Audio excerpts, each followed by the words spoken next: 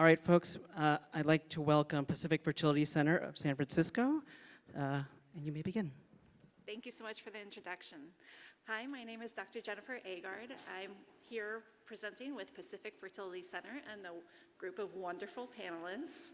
We are so honored to be here at Men Having Babies. It is an amazing conference where you get to learn, network, share, and find your journey. So you are so lucky to be here as well. Okay, so I am a native Californian. I did my med school at UCLA. I went to the East Coast for my residency and fellowship, and I got to train under Dr. Howard Jones for my fellowship in reproductive endocrinology. He and his wife had the first IVF baby in the United States. They worked with Steptoe and Edwards to develop IVF.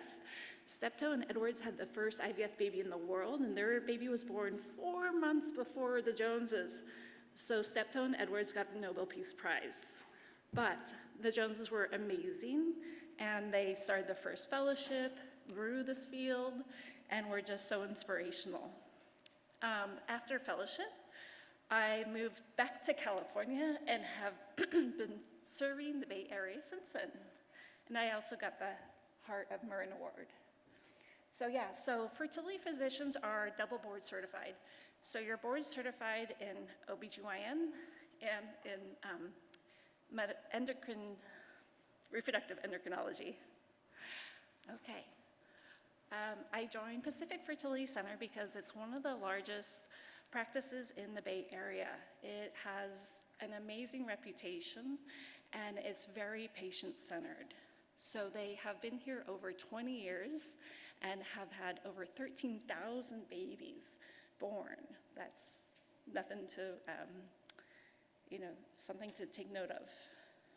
So Pacific Fertility Center has its own in-house egg donor agency, and it has its largest donor egg bank. We also work with a plethora of surrogacy agencies. When you come to PFC, you're first going to meet with a fertility physician, such as myself. What we want to know is about you. We want to know if you're a single parent or a double parent. We want to know what your goals and your dreams are. We also want to know about your health history, your fertility testing, your genetic history. So bring all your information and be prepared to talk about yourself and your dreams. After meeting with your fertility physician, you're going to meet with one of our excellent team members who's going to help you find an egg donor, make your embryos, and then select a surrogate to have an embryo transfer. Our success rates are high, 50 to 60% per single embryo transfer, which is huge. The quality of the embryo is made up of both the sperm and egg quality. So there's the things that you'll talk about with your fertility physician. Okay, thank you for your attention. Next is Dara, who's going to talk about donor egg. Thank you, Dr. Agard. My name's Dara Castaneda, and I have been with Pacific Fertility Center for about 17 years running their donor program. So you guys, who's overwhelmed? Right. Jordan and Sarah gave out some folders in there. If you haven't picked up my business card, please do. I'm happy to speak to anybody. You don't necessarily have to come to us. I know this is overwhelming, and I would really love for you guys to have a personal person to sort of, bounce ideas off and say, which way do I go? So for us, we have an in-house egg donor agency. It was established in 1993, and in 2013, we launched the first frozen donor egg bank in Northern California. We have a lot of experience with donor eggs. So we offer both frozen egg options and fresh egg options, and this morning you may have heard talking about clinics versus frozen egg banks versus agencies. So we are able to match you mostly with frozen eggs is what we specialize in, but we also offer donors for fresh cycles. Here are the main differences. I want to say frozen eggs are faster because we have already invested in doing all the testing of the donor, all the screening, and we already have the eggs ready for selection. You can do that while you're contracting with your gestational carrier. Or if you really want to do a fresh cycle, that's where you would select a donor, you would have them go through screening, and you would receive all the eggs. It's really good if you're doing 2 sperm sources and want biological siblings. The only downside I would say with fresh is it takes a little bit longer, and there is potential point for dropout if they don't pass some part of the screening. Since we've done a lot of screening up front, it is lower with PFC. This is a screenshot of our donor database. You can create an account online, and then you can search by filters like ethnicity, hair color, eye color. We also have a fun AI feature where you can upload a picture of yourself or maybe your favorite celebrity and get served back donors that meet those facial features. This is basically a screenshot of what you would see. There's 11 sections, 150 questions. We also have every donor speak with a certified genetic counselor for 3 generations of family health history. We also perform a 500 plus genetic screening panel and karyotype that you would see as part of the profile, as well as multiple pictures through various stages of the donor's life. And then benefits, rigorous screening, like I said, we do all the testing up front, genetic, psychological. Just as an example, last year we had 9,500 young women fill out an application, and we only accepted 58. So there's a lot of points where those donors can get screened out.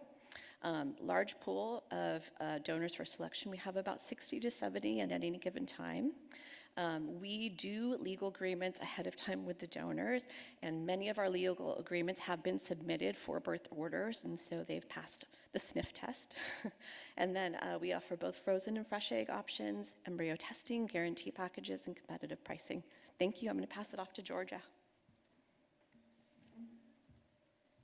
Okay, hi, I'm Georgia. I'm a nurse practitioner, and I work closely with the gestational carriers who come through our clinic with the screening process, and I'm going to go over what that looks like.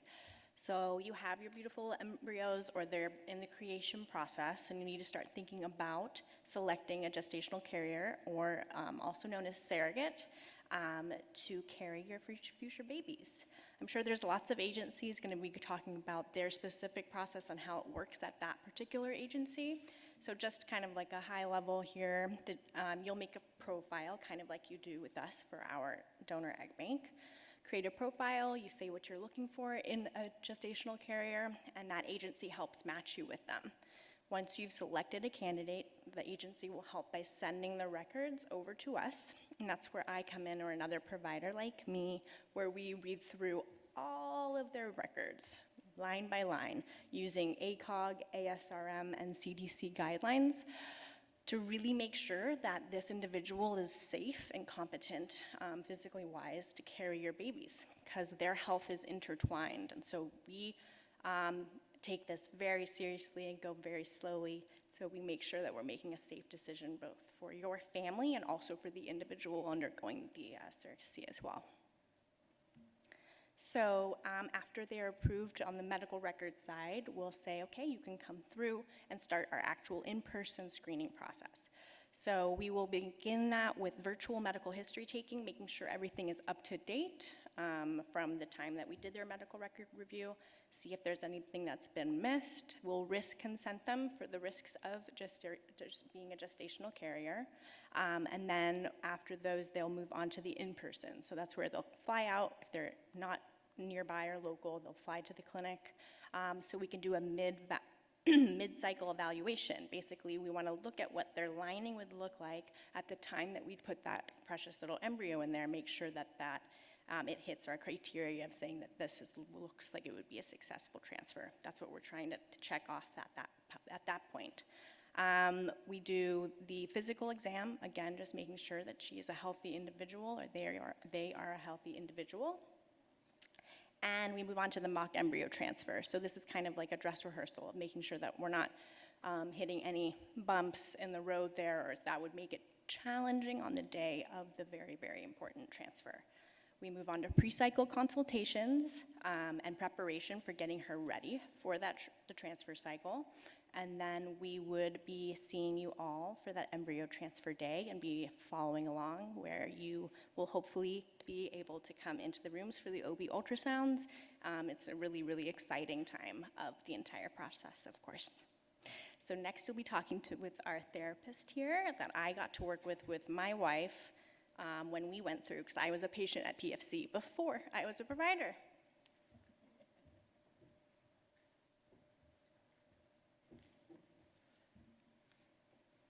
Hi, I'm Peggy Orlin, and I'm a marriage and family therapist, and I've been at PFC for 25 years. Everyone who's using a third party, a gestational carrier, and egg donor is required to meet with me. There is no charge for that meeting, and it's not an evaluation of you. I am evaluating gestational carriers, I am evaluating egg donors, but I'm guiding you, I'm educating you, I'm answering your questions, want to talk about what you want to know about using a carrier and using an egg donor. I'm going to talk about agency egg donors, although people may be coming in with known egg donors or known gestational carriers, and that's also fine, and we will talk through all those issues. There is no such thing as an anonymous donor, and all of our donors understand that. They understand that your children are going to have questions in the future. Your children may want to meet them. Your children may have lots of interest in who their half-siblings are and in who their donors are. We do offer to families that you're welcome to ask to meet your donor when your child is born. So people wonder what should they be looking for an egg donor. Lots of people come in with absolutely sure what they want in an egg donor, but some people are questioning what they want. I think my number one statement to people is to pick someone you like, the person that jumps off the page for you. You may have other criteria, and you can do, I like that AI thing. And then another big topic that we talk about is, how do you tell your kids about this? How do you talk to them as they're growing up about their family? I mean, at some point, sometimes kids come home and say, well, where's my mom? And it's like, oh, you know, they thought they weren't supposed to have one. They had no idea about it. So the more you talk to them when they're early and you read them books, I have resources for you. You can read them great books about families that come in all different sizes and shapes. Most of the stories for the early kids are about animals. So your child, if you choose not to meet the donor, your child will be able to find the donor. You will be able to find the donor in other ways than by meeting the donor. And I meet with you, with the donor. You can use facial recognition software. We give you current pictures of the donor. And your kids can do direct-to-consumer genetic testing. And although the age for that is 18, lots of kids do it earlier. We know that a lot of the children are very curious about their half-siblings, and they think it's fun.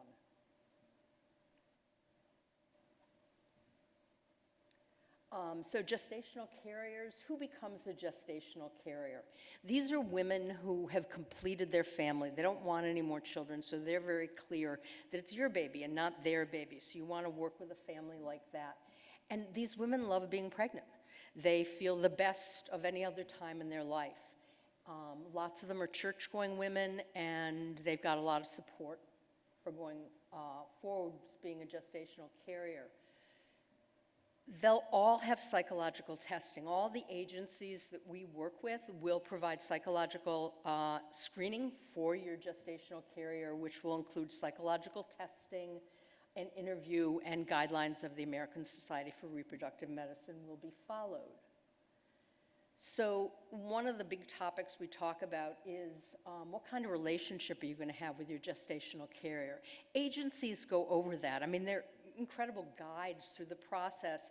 Having worked with families for so many years, I can tell you some of the ins and outs of how you might want to create a relationship with your carrier during the pregnancy and post-pregnancy. We also talk about ways to bond with your baby.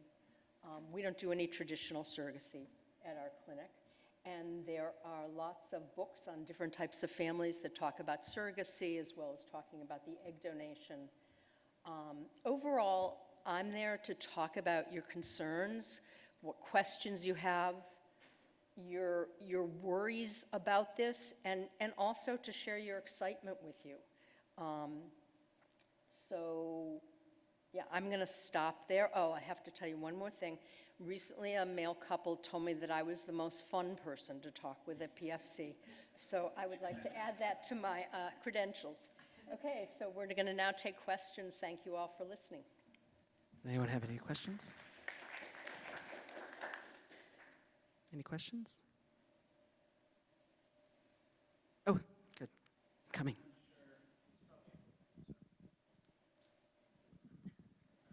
I think one of you said that you specialize in frozen eggs. I was wondering, within your database, is it possible for a frozen egg donor to be a fresh egg donor, or is that not Yes. how it works? Yes. Okay. Most of the donors like to do frozen eggs because they can do it independent of anybody else's time frame. And when they choose to donate, when they fill out that application, it's now. As you know, when I was 21, I was all over the place. So it's now, and it might not be that they have time in a year. So if there is somebody that's in our database as frozen eggs and you like them, just reach out. We can figure out if they are willing and available for a fresh cycle. Hi, how many days does it, or weeks does it take for a surrogate mother to be ready for an embryo transfer? Sure, so surrogate goes through a period of preparing for the embryo transfer. So usually they go on birth control pills for 3 or 4 weeks, then overlap with injections of Lupron for a couple weeks, stop the birth control pills, start estrogen. So it's easily 2 months before the transfer.